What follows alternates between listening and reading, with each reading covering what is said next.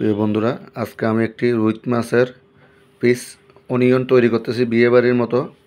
দেখেন, আপনার সাথে ভিডিওটা শেয়ার করব, অবশ্যই আপনারা আমার সাথে থাকেন। প্রথম আমরা মাছগুলো ধুয়ে পরিষ্কার করে ভিনেগার দিয়ে পানি ঝরে রাখছি। এখন দিচ্ছি পরিমাণ মতো লবণ, পরিমাণ মতো হলুদ গুঁড়া, পরিমাণ মতো ডিম দিব আমরা এখানে। এগুলো ছোটো পিস, ডিম দিলে মাছ একটার সাথে একটা বাজবে না, ফ্রাই করার জন্য অনেক সুন্দর হবে, ঝরঝরা থাকবে। এখন দিচ্ছি আমরা বেকিং পাউডার এবং টেম্পুরা পাউডার মিক্সার, অ্যারারুট সামান্য পরিমাণ মতো, দিচ্ছি কর্নফ্লাওয়ার এবং বেকিং পাউডার দিয়ে এগুলো ভালো মতো ম্যাগনেট করে নিতে হবে। ম্যাগনেট করে আমরা 1 ঘন্টা রাখি দিব। প্রথম ধোয়ার সময় আমরা ভিনেগার দিয়ে মাছগুলো ধুয়ে পানি ঝরাই ফেলছি।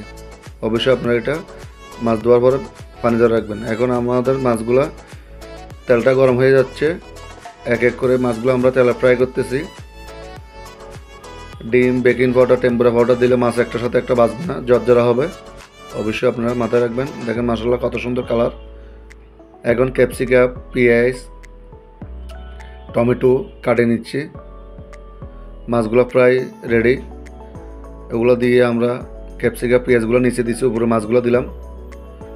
এখন এটার জন্য কী মশলা লাগে আপনাদেরকে বলতেছি। প্রথম আমরা তেলটা গরম করছি, এখানে বেরেস্তা করছি। বেরেস্তা করার পরে টমেটো দিচ্ছি। এখন দিচ্ছি আদা, রসুন, সরিষা বাটা,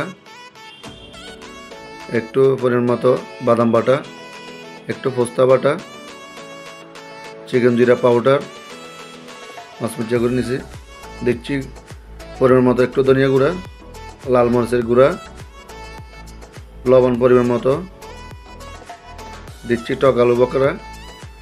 মশলাগুলো হাফ কষানো হয়ে গেলে দিতে হবে সাদা গোলমরিচের গুঁড়া, একটু জাল হওয়ার জন্য। জাল, টক জাল মিষ্টি হবে এটা।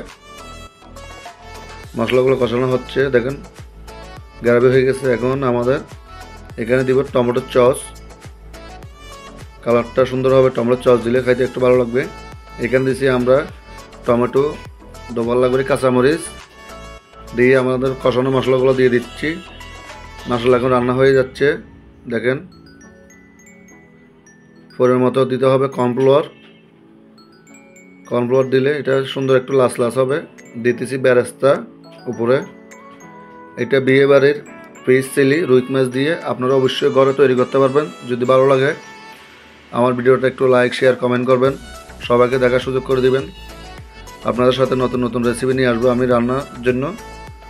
অবশ্যই সবাই আমার সাথে থাকেন। এখন একটু আমরা রসুন দিয়ে তেল দাগা দিচ্ছি, দিলে কালারটা অনেক সুন্দর হবে। আজকে এখন আল্লাহ।